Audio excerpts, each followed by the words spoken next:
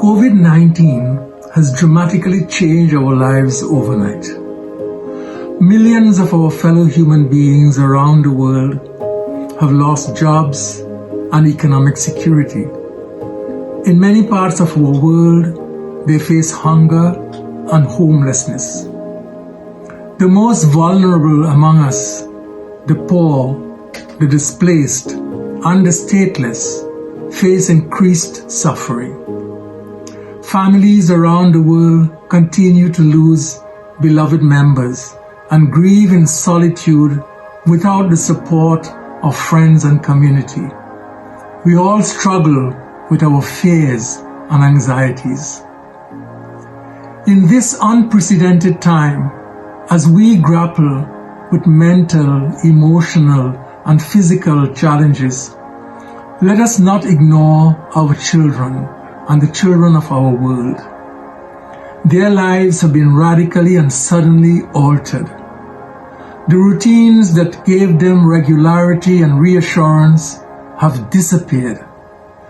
They no longer attend schools, play with friends, and visit grandparents. Like us, they deal with sudden death and sense our fears and our sadness. This is a traumatic time for our children, and we must do all that we can to comfort and to support them emotionally. In a time when the familiar structures are no longer available to our children, families are the most precious places where they feel safe, protected, and reassured. In age-appropriate ways, it is important that we address their fears by explaining the nature of the virus and the reasons for the protective measures that are in place. As with us adults, ignorance only intensifies their fears and their anxieties and insecurities. Appropriate knowledge can reassure and comfort. We need also to explain that this current phase in their lives is temporary and that they will be reunited with friends and family and continue their schooling. In being attentive to the needs of our children at this time, we do not have to be unrealistic or dismissive of the threats to their well-being.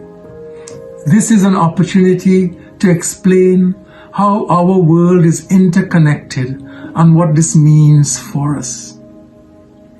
Interconnectedness unites us as a single human family, but also brings its own challenges.